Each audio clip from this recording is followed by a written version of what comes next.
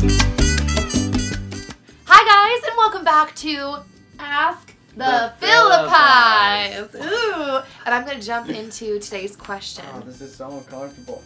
I know, we're splitting this little chair. It's a little, we should probably figure out some, but it causes us to sit really close and look nice on frame. Like, okay, so, hey Nikki and Dan, I have this is not any more comfortable now. I'm being pulled into that like dip of the chair. I have a 10-year-old son and I want to know what I can say or do to encourage him to be abstinent until marriage. No one ever had that conversation with me and I wish I would have.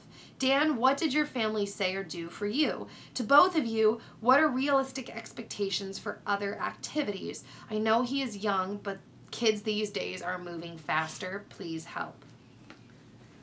Well, I grew up in a Christian household, but there wasn't a whole lot of that kind of talk going around. I guess my parents were too shy about it. I didn't really mind, like...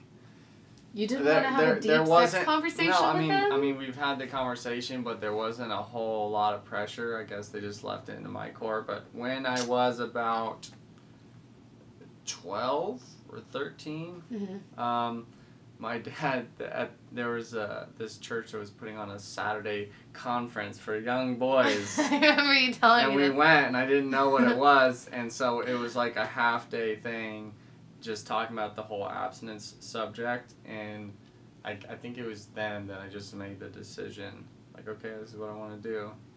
So see, that abstinence conference for young boys worked. It happened when I was a little boy. Yeah. Just a wee little man. Just a little boy.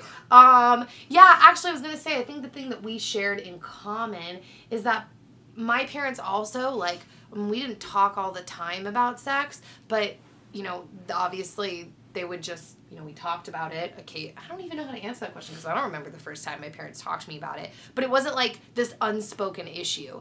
And this is going to sound funny, but when I was like 14, 13, my family went on a cruise, and I remember my dad had like taken me out to the little balcony of the ship, and he was like, Nikki, so I want to give you something. If you don't want it, it's cool, but I know, you know, I don't even know how he worded it, but he basically gave me a ring, and he said, this is like a promise ring, and I wanted to give it to you as like something if you want to make a promise between like you and God to save that for your husband. Something like that. He said it in less lame terms because my dad's cooler than that. But he said something to that effect, but said, I really want you to know, like, this is your decision. And so that's what my parents did. That would have been awkward if you just threw the ring overboard and said, I have something to tell you, Daddy. We joked about that when we got back to the table. Put your hand right here and say hello to your grandbaby.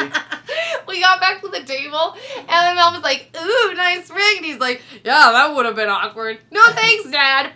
He's like, she just thrown it over the shim. Yeah, fun. We were joking at the dinner table when I got back. My mom was like, ooh, nice ring. So, yeah, that sounds really awkward telling that story to people who didn't grow up around that. At some reason, I remember. Dude, I lost it like 3 times, and so it became the running joke in our family, like, oh, Nikki lost her ring again. So, now, that being said, Dan and I did get married really young, so we didn't have to wait too long in life. I mean, we were like basically 21 and 22 when we got married. So I realized we didn't have a whole long time to do some waiting, but I mean, I don't know. That's where we just waited for each other. And I think that like everybody's in different boats, you know, everybody can make different decisions for themselves. But I know for us personally, it was cool that we waited because, I mean, we'll just never, I don't know, maybe other people don't ever forget, but we'll just never forget our first time. And I remember when we woke up the next day, we were just like, wow, it's kind of cool. Like, we did it. We made it. Like, that was kind of cool. We got to share that with each other. So, I know some people that they waited until they were in their 30s, and then other people that did not and say they just really didn't care that much. So, yeah. You know, it's just, it's up to you. It's up to you. Yeah, he's trying to say that it's just like everyone has their own choice, you know. But that was our life and experience. So, we will see you all later. Have a fabulous rest of the day. And ooh. Whatever.